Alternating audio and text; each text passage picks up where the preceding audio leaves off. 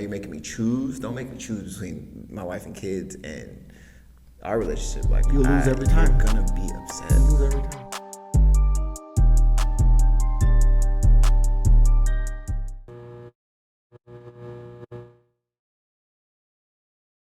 What up, everybody? We are so excited for another episode of Amen Podcast. Yeah. My name is Vance Kirkwood. I'm Tyler Streeter. Question for you. When it comes to relatives, what's worse, blatant disrespect or passive-aggressive pettiness? To answer your question, for me to receive either one, I would rather receive blatant disrespect. Nice. And the reason for that is because I want to know exactly what's going on. For the passive aggressiveness, it's a little too much thought for me, to figure out what you really mean. I don't want to have to figure that out. Yeah. I could be wrong. I could think you're doing something and you're not. Yeah. It's just too much room for error. Yeah. I'd rather you come to me straight and be disrespectful so I can take care of it. For sure. I agree. What I would say. I agree. Give me the blatant disrespect, because at the root of it, it's like, oh, now I know how you feel, as opposed to the guessing game of like, dang, they didn't really laugh as much, or I said what's up to them and it was just like, hey, and Right. and it's like, well, that's my cousin, or that's my uncle that I've known for my whole life. So yeah, blatant disrespect is like, oh, okay, well, let's step aside and talk then, because obviously your feelings are hurt, or something happened where I may have taken a joke too far or something. So For sure. Yeah, definitely. For sure. It kind of reminds me of like, if I have an enemy, let's say I have an enemy and this person is raging toward me or raging against me, but I don't know it. Like, they're on the surface, they're nice, but inside they're really envious or jealous, or they don't like me. Yeah. Now my guard is down. Yeah. My guard is down because I trust you because of what I see. Yeah. And I may turn my back, I may do whatever because I trust you behind me, because you didn't show me that you felt, you didn't show me how you really felt. Yeah. Now if you come straight out with it, I know where to place you. I know that I can't turn my back. I know I can't trust you if you come straight out with it. Yeah. So I would rather you let it all out. Yeah, I think you get to a resolution quicker if they're blatantly disrespectful, because then you can solve it. Like I said, talk about it, and then, get to the bottom of it. If it's passive-aggressive pettiness, then it could go on for months. And then, it could probably build to an outward expression of anger, but who has time for that? Listen, life's too short. I'm trying to have fun. This episode is about family dysfunction. Real spicy topic. That's so spicy. when you hear that family dysfunction, what comes to mind? Is there any specific instance, any story that comes to your head? For me personally, the first thing that comes to mind is, and correct me if I'm wrong if this is true family dysfunction, but the divorce of my parents. Is that family dysfunction? That could be a result of dysfunction. Okay. I was looking up like different definitions, and it was like conflict, misbehavior, or like abuse. So it doesn't have to be all three of those. It could be one of those. Conflict can lead to divorce. So I mean, that could be some type of dysfunction. So I think yes. I think to answer your question, the thought that I had when you said that is what has happened in my family since that divorce that has been very dysfunctional. Yeah. I guess that's what originally comes to mind. Yeah. So my parents divorced. I was about 14. Okay. So naturally, I've always been sort of like the big protector from my little sisters. I have three little sisters. And when my parents divorced, I feel like I took the very mature route and said, okay, I'm good. I want to make sure my sisters are good. Gotcha. Yeah. So when I did that, I don't know if I fully processed and I really, understood really why, like the why behind my parents, who I've only known as married and together. Now they're living separately. Yeah. So that kind of started a little bit of dysfunction between the family. People are living here, people are living there. Some people living with my mom, my dad. It just started a whole big thing. So I guess that's the start of the result of family dysfunction because of the divorce. How many siblings total? I have it's 7 of us total. Okay. So I'm right in the middle. So with family dysfunction, you spoke to like conflict leading to divorce. How has that directly affected you now in adulthood? So I think one way it has affected me now is my relationship with my sisters even today, 20 years later. Yeah. So, like I said, I've naturally just been their protector. I'm the youngest of 4 boys, so I have 3 older brothers and 3 younger sisters. So I have to be like, I feel like I have to be like their protector. Yeah. So the way it has affected me now is I still think of them as those little girls who were cut because their parents divorced. Yeah. Now they're married, kids, grown, engaged, Yeah. all this other stuff, and Yeah. it's like, that's not my job. Yeah. First of all, I love Yeah. them as my little sisters, but it's not my job to Yeah. protect them. They have Yeah. their own men, just like I Yeah. protect my wife. Yeah. Or they have Yeah. husbands and boyfriends and fiancés Yeah. that protect them. So I've gotten to some sticky situations where I have to like protect them when it really wasn't my job, because Yeah. that's my first thought. Yeah. Which is not a bad quality. You did It that. is not. You were in that role for so long before the boyfriends, fiancés, Right. and the husbands. So like, naturally, it's almost innate. Like as soon as something happens, you like, okay, I got to do this, that, and the third, and it's almost like you forget. Not on purpose. You're not trying to step in front of them, but Right, I can for see sure. how you just like For sure. you know. And like specifically, it was my sister-in-law who is younger than me. I view her in that same way. Yeah. I just have to really understand that the dysfunction that I saw as a kid, my original reaction is to, who can I protect? Who can I shield all this dysfunction from? Yeah. No matter whose toes I'm stepping on, no Yeah. matter what line I'm crossing. Yeah. And I just feel like it was always my job, but at some point, like, yes, that was cool. That's Big Yeah. Brother doing that, but now it's like you doing too much. Yeah, and yeah. that ain't your job. Like, Yeah. get lost. I mean, it's good. It's good that you recognize that, and it's not. I mean, if you weigh both like 2 different outcomes, you could just not care and like whatever Right. happens. But I think it's a commendable thing to want to protect your sisters, but then also being like, all right, like they're good. It's kind of Right. it's a noble trait. I think. I'll throw it back to you. Yeah. What is something that you've seen as dysfunction, like in your childhood? Off the top of my head, I would say, so I'm the oldest of 2. So I have a younger brother who's 2 years younger than me. Shout out to Josh, my best friend. Just been my best friend my whole life. So with him, he and I grew up close our whole life. Any milestone in my childhood is connected. My brother was there.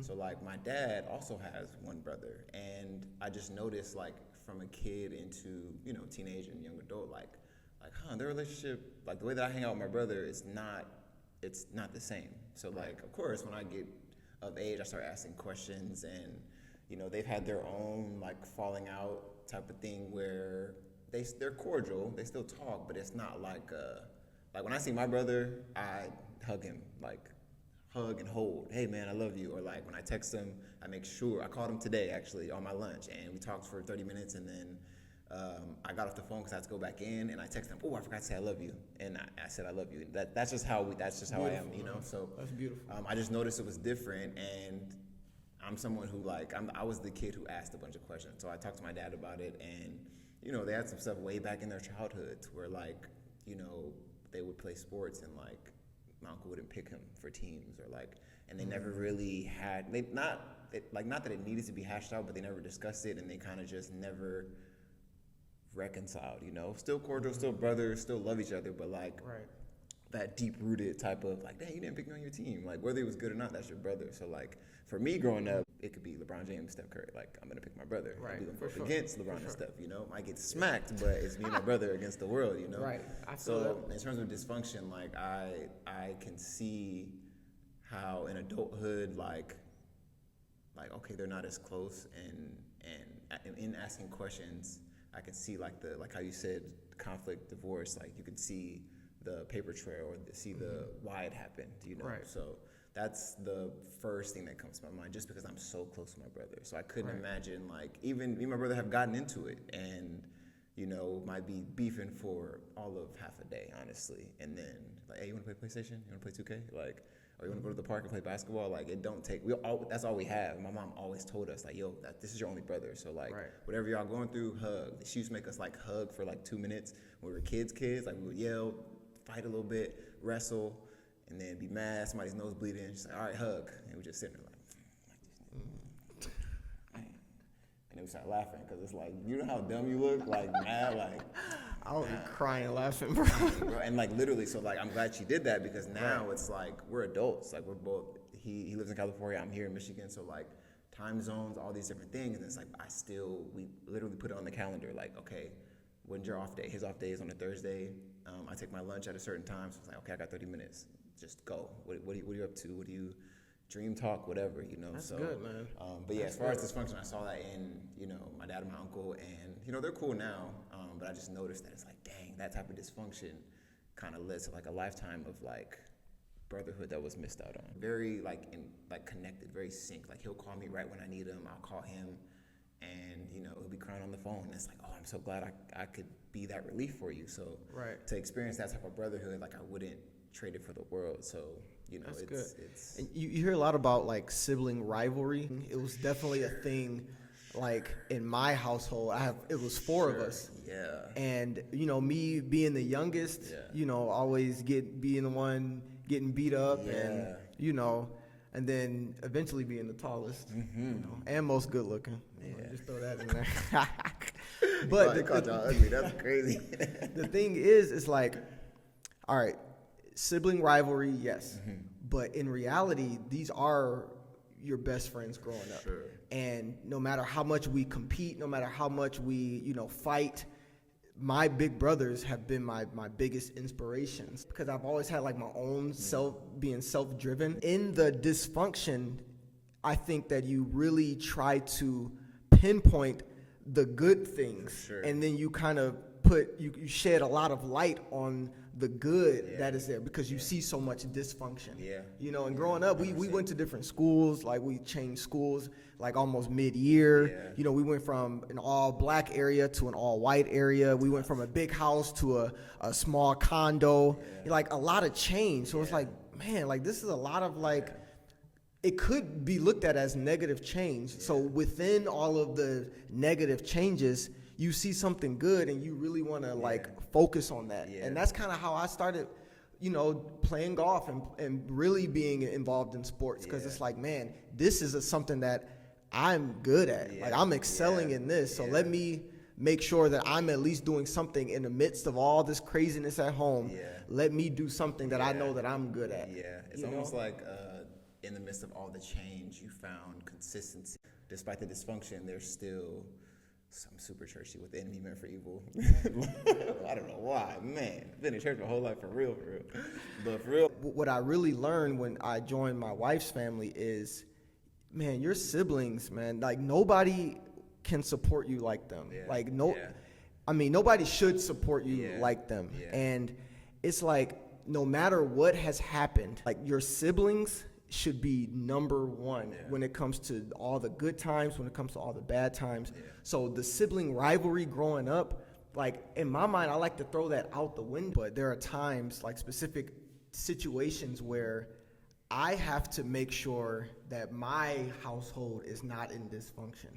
But when it comes to me and my wife and my immediate family, I cannot sacrifice our functionality because I'm trying to, you know, avoid conflict with my siblings. And that's a little bit tough to say because you don't want conflict in any relationship. But one thing that won't happen is us going against each other because of other family members. Listen, I don't care if she's wrong. I don't care if she's not making sense. They ain't gonna know. We're gonna talk about it in private, but in public, the sky is green. And she said it's green, the sky is green. Straight up. Okay? And then we get back to the crib.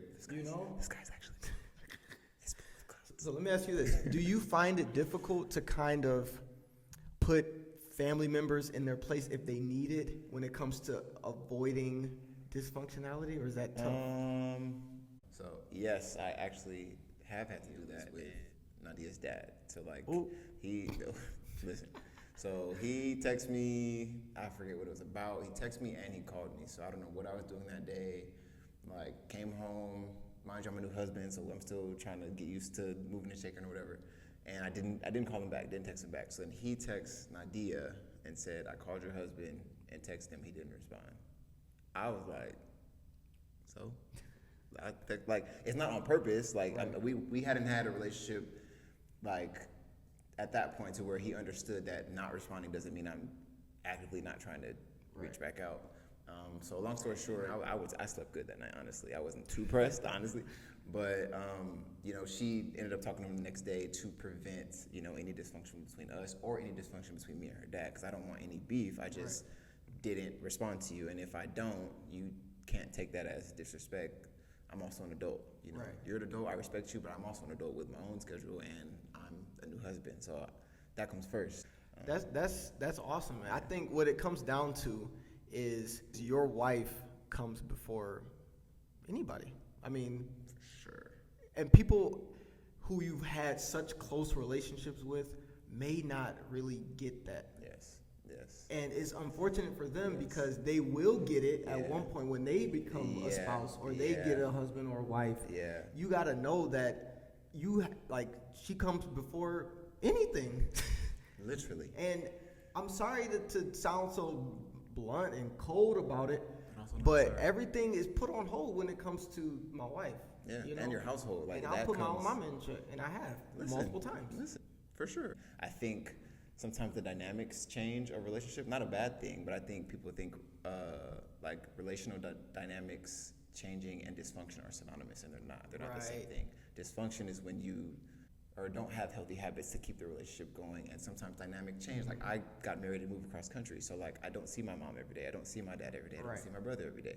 But they understand that when they text me or call me, if I don't answer, as soon as I can, I'm gonna text them back. So with Nadia's dad, maybe in his life the relational dynamics weren't the same. So if somebody doesn't respond right away, that's disrespect for his life experience. So he basically thought I was being disrespectful, and that's not the case. Nor does it mean it's dysfunctional. That's just a relational dynamic that we have to establish that okay, he's busy. He's gonna get back to you as soon as he can, and I like to get back to people when I have the time to. I don't want to be on the phone and be yeah, cool, and you're trying to talk to me about something. I want to give you my undivided attention. If I can't do that in that moment, I will not respond. And I feel like the dysfunction starts when the other party doesn't understand why you're doing what you're doing. Or trying to understand. Yeah. What I used to be is a people pleaser. How do you think people pleasing can result in dysfunction? So when I was younger, I used to people please. It didn't matter if it caused issues with family. Yeah. I used to just do whatever it takes to make everybody happy, everybody happy. I can't cut family off. Family is this, family is that. And what I realized is family can get cut off just like anybody else. 100%. And I'm cold today, man. I'm being super cold. I don't know. I don't mean any disrespect. No, I think you have to establish healthy boundaries, and there is some people just don't have the same access, and it's no love lost. It's I feel like with any relationship, it's a two-way street. So any seed that you want to see bear fruit, you will water. So if I'm making an effort to reach out and there's no response, then okay, cool, no love lost. You can't get mad if you reach out to me and I don't respond. Or if we haven't talked in 10 years, 5 years, or don't talk regularly, it's no love lost. But I'm married now. It's my priority.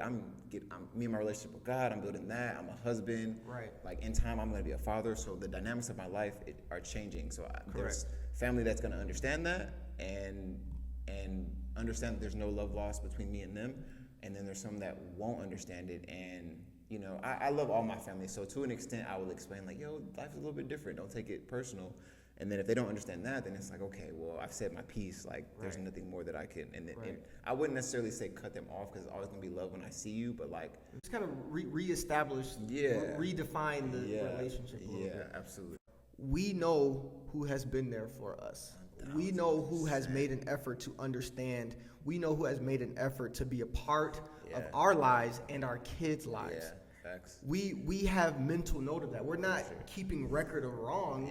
I wouldn't call it that at all. Yeah, you just know. But naturally, you know who has been there for you. Yeah. So in my mind, it's not going to be that difficult to determine, okay, when we get where we're going and it's already in motion, people trying to drag on our coattails, we understand who's going to be there for us.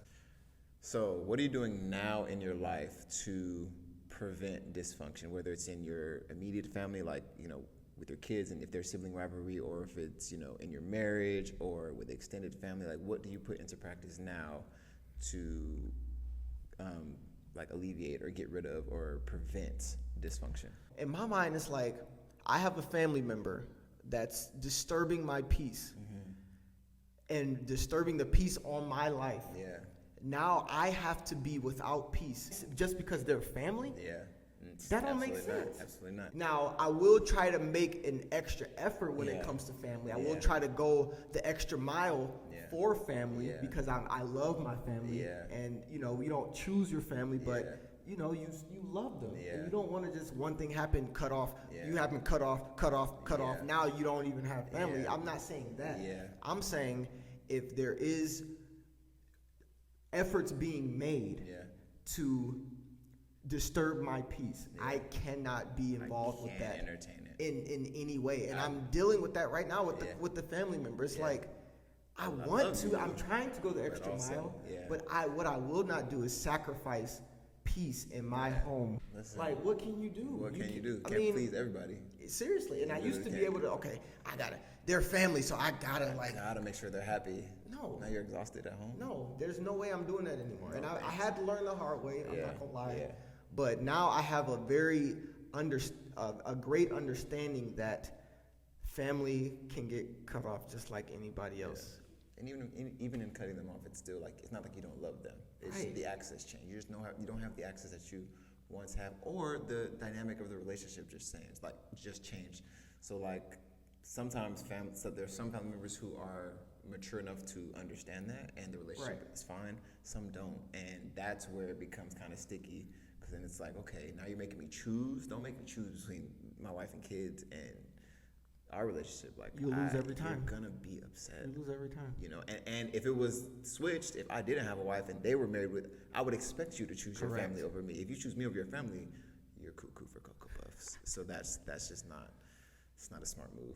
So when it comes to my kids, they're never too young to, for us to start building good behaviors and habits in them. They may not know what we're doing or why we're doing it, but we know why we're doing it. Sure. For example, just like my son, he's only 5 years old, but we teach them that he always protects his sister. He always looks after his sister. He always, waits for her. He always picks her. He always chooses her. He always, knows where she is, always plays with her, never leaves her out.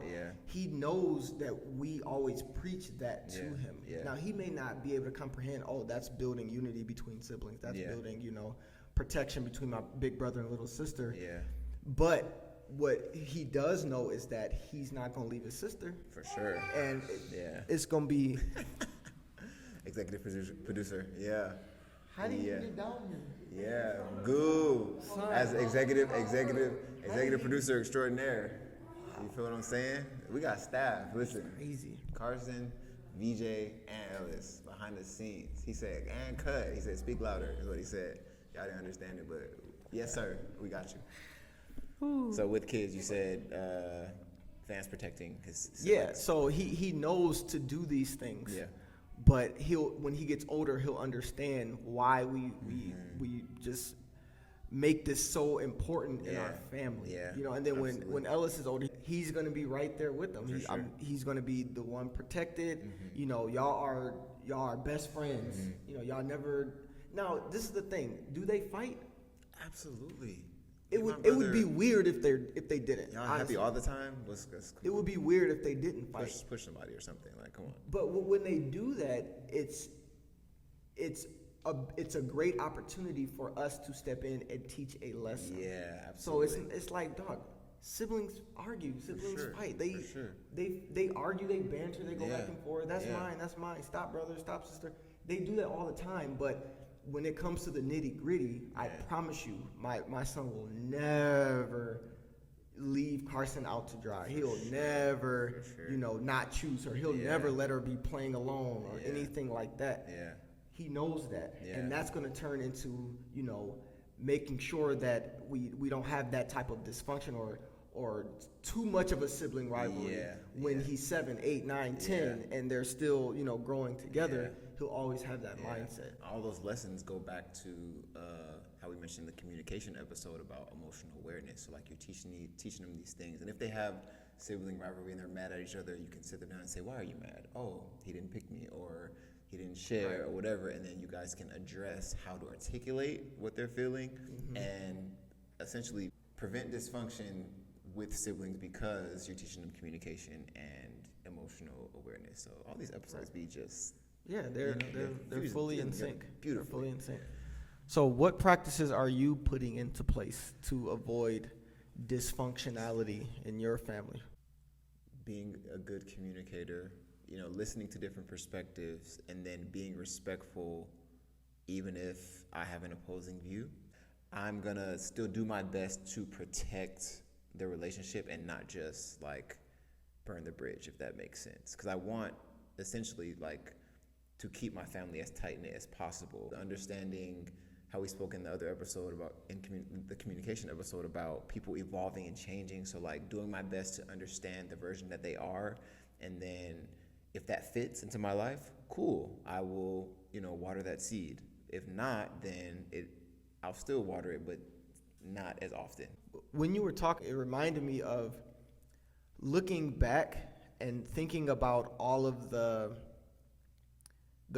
situations I've been in where I've had to kind of go beyond the norm in order to avoid dysfunction. Yeah. It always came at the point where I really don't want to do this. Yeah. Like every time it's like, I don't want to do this, but I know if I do this, if I put myself in this uncomfortable situation and have this difficult conversation, I know that on the back end of that, it would be dysfunction. It would be, it's going to be amazing. Yeah. So just thinking like growing up, and even now sometimes, I know some of the elders in my family, I'm not going to say names, they love to avoid having to intervene, having to have that tough conversation. And they think because I'm not having the conversation, it's going to avoid the dysfunction. Yeah. When in reality, the dysfunction just builds and builds and builds and builds because nobody's addressing it. Nobody's talking about it. Nobody's trying to fix it. Nobody's putting in the work to start tearing down the layers and getting of dysfunction and getting to the root of why things are so bad. It's just, I'm not going to say nothing because now if I say something, I might be the bad guy, or now my stuff might come out, or now I might be a little bit too uncomfortable. But every time that I've gone beyond that uncomfortability, it's gained so much for me and my family. For sure. I guess that's just encouragement, to anybody who's listening, that 1000%. you got to go beyond that uncomfortability in order to gain in order to get to that end goal of what you really want. Because if you don't, that's the quickest way to like plateau. And now you're 75 and can't talk to this person, or don't talk to. You ever heard an old person say, "I just don't fool with them," and it could be over a cup of sugar, or like they didn't let me borrow. Like it's like what, So it's can be uncomfortable, like you said, but if you just have the conversation, be mature about it, listen to perspective, and do your best. If both parties show up willing to listen and understand, it'll work itself out. And if it doesn't, then at least they'll be able to love each other from a distance, and there's still love there. So I don't have to see you every day. I don't have to talk to you every day. I don't have to kiss you in the mouth. Like, we can love each other from a distance, and there's still love. So what are some red flags or things to look out for to understand that dysfunction has crept into your life or your family? Something I look out for. I can speak like to marriage. Like Nadia and I are we have such a good rhythm that if anything, if she's not laughing at a joke, I notice everything. I tell people all the time, like, I'm a student in the University of Nadia. Like, I'm gonna get my doctorate. I'm gonna not the for doctorate. The rest of my life, summa cum laude, okay? Like in everything. I like so that. What red flags can you identify, or do you identify, that could lead to dysfunction, and like how would you prevent them? A red flag that dysfunction has crept in would be if what we're trying to do, if who we are and how we normally operate is being compromised. I think that is a sign. Now, I do believe that we can be, upset at each other, mad at each other, all of that. I don't think that's dysfunction. I don't think that's a red flag for dysfunction because that's called marriage. That's called life. But I think when it lingers, I think when it's not addressed, I think we kind of get, arrogant about it or we don't nip it in the bud. I think that can lead to red flags starting.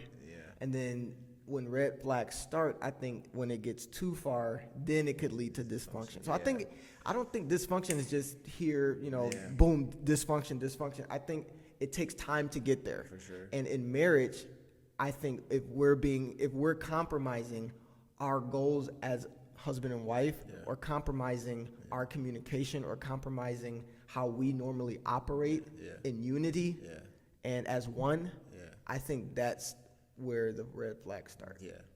I agree. I think red flags, for me, in my marriages, they're easily identifiable. Is that a word? It sounds great. I'm going to grow with it. That's a podcast word. Yeah, for sure. So I literally study my wife. Like, I learn her. I watch her. I pay attention. Anything from, she could be upset about one thing, she got gas, I could tell, something going on. I could tell. I know everything. So, like, if anything's off, then I address it or bring it up. Well, you all right? You good? And, like, when I ask those questions, we'll instantly go into conversation or whatever. Even if she doesn't know, I can help her. But then that is something we put into place mutually for our marriage, that there's no room for dysfunction to even grow or fester because we attack it head on with the smallest thing, Even if you miss that small thing, and it grows a little bit, you can still address it to where it's not catastrophic. But if you act like everything's okay and don't address it, let it blow over, non-confrontational, then you leave room for it to become dysfunction, and the longer you let it fester, the more work you have to do. So you might as well just, even if it's uncomfortable from the get-go, talk about it. And yes, it might be tied to something deep-rooted, but, you prevent anything big happening. That's good. I think, I don't know if this is just a man thing or just a husband thing or just me, but what I am learning in marriage, especially when you add kids, is that sometimes when Essence is feeling a certain way, she doesn't want to express it, not because she's trying to hide it or anything, but because she may not really know what's going on, you said.